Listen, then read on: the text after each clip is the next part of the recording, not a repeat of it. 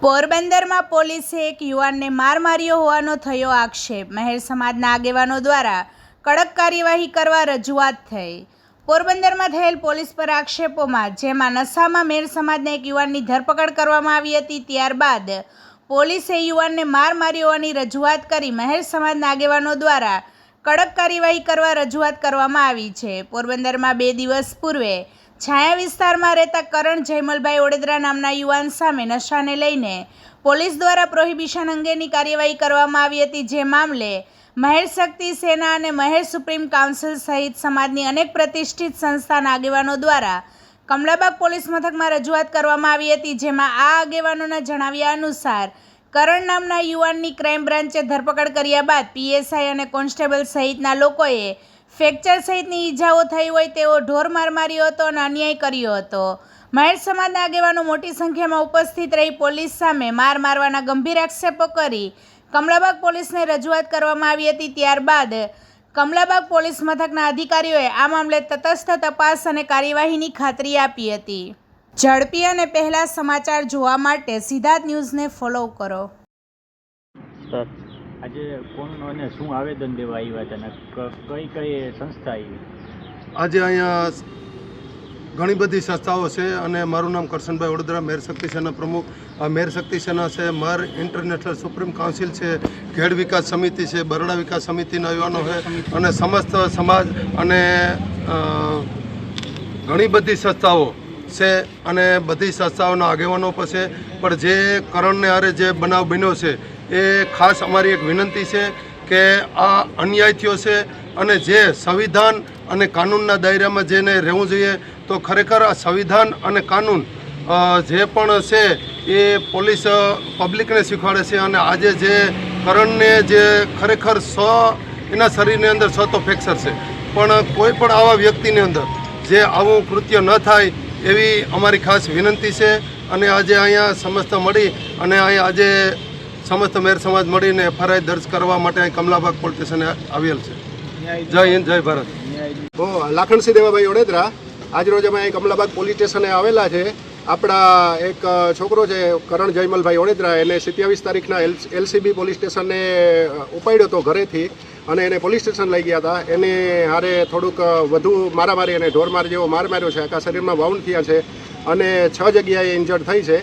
એના એપ્લિકેશન અને અરજી આજે હજી સુધી એફઆઈઆર થઈ નહોતી એટલે કમલાબાગ પીઆઈ સાહેબને આવીને રૂબરૂ મળીને અમે કાર્યવાહી કરી છે અને આજે અમારી જે આવેદન અને અરજી હતી એ સ્વીકાર કરી છે અને અમે લીગલ સ્ટેપ આગળ લેશું અને આવું કોઈ પણ કૃત્ય અમાનવી કૃત્ય થયું છે, મતલબ એક આપણે ઢોરને મારીએ ને એ રીતના માર્યું છે, 6-7 જગ્યાએ ફ્રેક્ચર અને એ કોઈ આતંકવાદી કે ટેરોરિસ્ટ હતો નહીં, એક 24 વર્ષનો દીકરો છે, એની આખી જિંદગી બરબાદ થઈ ગઈ। ફ્યુચરમાં કોઈ પણ દીકરાની આ રીતના જિંદગી બરબાદ ન થાય કે પોલીસ આવું અમાનવાઈ જે કાનૂનના, ચાલો એ સિવિલ માણસ છે, છોકરો છે એને કાયદાની ખબર નથી, પણ જેને કાર્ય કર્યું એ પોલીસવાળાઓને તો કાયદાની ખબર હતી ને, એની કાયદા વિરુદ્ધ કાર્ય કર્યું છે અને આ જાનવર જેવી હરકત છે। ફ્યુચરમાં કોઈ પણ નિર્દોષ છોકરા રહે, કોઈ પણ સમાજના છોકરા રહે, આવું એની જિંદગી બરબાદ ન થાય એટલા માટે અમે આ બધા એકત્રિત થઈને અરજી આપી છે। થેન્ક યુ, જય હિન્દ।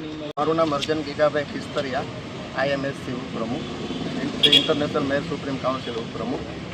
આજે અમે અહીંયા બધા અમારી મહેર જ્ઞાતિના અલગ અલગ સંસ્થાઓના આગેવાનો, પ્રતિનિધિઓ કમલાબાગ પોલીસ સ્ટેશનમાં અમે આમ તો રજૂઆત ન કહેવાય, એફઆઈઆર કરાવવા માટે જ આવ્યા છે। જે કરણભાઈ ઓડેદરા કે જે ખરેખર એને પ્રોહિબિશન દારૂ પીધો હતો એટલે સ્વાભાવિક છે કે પોલીસ એમને પકડે, એમને અમે એનો બચાવ તો અમને કરણભાઈનો નથી કરતા કે સ્વાભાવિક છે પ્રોહિબિશન કર્યું હોય તો એમને પકડ્યા હોય, પણ એ પછી ગાડાગાડી થઈ પછી એમને માર મારવામાં આવ્યો છે અને માર ખરેખર એવો મારવામાં આવ્યો છે કે એ ખરેખર દુશ્મન પણ કોઈ આવું કૃત્ય ન કરે, ખરેખર આવું કૃત્ય દેખાય છે અમને। એટલે અમે ન્યાયની અપેક્ષાએ અત્યારે કમલાબાગ પોલીસ સ્ટેશનમાં આવ્યા છે, પીઆઈ સાહેબને મળ્યા છે, એમનો હકારાત્મક અભિગમ પણ અમને જોવા મળ્યો છે અને અમને આશા અપેક્ષા છે અને અમને ખાતરી પણ આપી છે કે આ જે કાંઈ પણ હશે એ અમે ન્યાય આપવાની તમને પૂરી કોશિશ કરશું। અને આમાં જે મારવામાં આવ્યો છે એલસીબી સ્ટાફ છે, એક કોન્સ્ટેબલ છે અને એક પીએસઆઈ દરજાની વ્યક્તિ છે, એટલે ખરેખર અમને ક્યાંક ને ક્યાંક અત્યારે અમે એક મનોમંથન કરતા હતા બધા આગેવાનો અમે સાથે મળીને કે છેલ્લા ઘણા સમયથી ખરેખર એક કોમને જાણે ટાર્ગેટ કરવામાં આવતી હોય એવું પણ અમને લાગે છે। એટલે લગભગ બધા નું મનોમંથન સાચું હોય એવું પણ લાગે છે એટલે આપણે આશા અપેક્ષા રાખીએ. અને હું એક હર્ષભાઈ સંઘવીને પણ વિનંતી કરું છું કે સાહેબ આપ જરા જુઓ કે ખરેખર કોઈ એક કોમનો ઇજારો તો ખરેખર નથી. દરેક કોમમાંથી કોઈ એક બે વ્યક્તિઓ હોય તો એવા કૃત્યો કરતા હોય. અમે કોઈ એવા વ્યક્તિઓને સાવરતા પણ નથી, આરોપીઓને પણ અમે સાવરતા નથી અને ભવિષ્યમાં અમે કોઈ આરોપીઓને સાવરવા આવવાના નથી, એ પણ અમે ખાતરી આપીએ છીએ. પણ ખરેખર જે ગુનો કર્યો છે એમને કોર્ટ સજા કરશે, પણ આમને ખરેખર સજા થવી જોઈએ જે કોઈ આવું કૃત્ય કર્યું છે. જય હિન્દ. મારું નામ વડોદરા કરણ જયમલભાઈ. બનાવ એવો બન્યો હતો કે સાયામાં હું જમવાનું પાર્સલ લઈને આવતો હતો સાંજે, અને એલસીબી સ્ટાફમાં કામ કરે પટાવાળા તરીકે છોકરાએ સ્કૂટર, એનો ફોન આવ્યો તો એને ફોન કાઢવા માટે થઈને સ્કૂટર રોડ ઉપર રાખ્યું. મેં કીધું કે ભાઈ આવી રીતે સ્કૂટર ન રખાય, પાછળ જોવાય.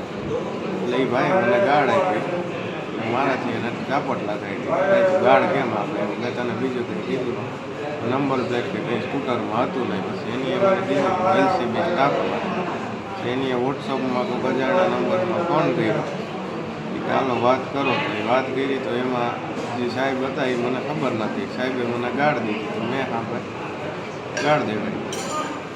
પછી અડધી કલાકમાં અમે આવીએ. અડધી કલાકમાં હું ઘરે જમવા બેસતો હતો. ઘરેથી મને લઈ ગયા છાયાની પોલીસ ચોકીનો ગેટ છે એ મને જાહેરમાં લાકડી લાકડી તૂટી ગઈ ત્યાં. પછી મને એલસીબી ઓફિસે લઈ આવ્યા. 2 વાર મને ત્યાં ફટી મોઢામાં ને બધી જગ્યાએ ઘૂસતા ને થપાટ મારે. પીએસઆઈ કામલિયા સાહેબ છે, બીજા ચશ્માવાળા ભાઈ છે બટુકભાઈ કરે એની 2 અજાણ્યા હતા એ પકડવામાં હતા. એલસીબી ઓફિસે મને માર માર્યો. પહેલાં છાયાની પોલીસ ચોકીમાં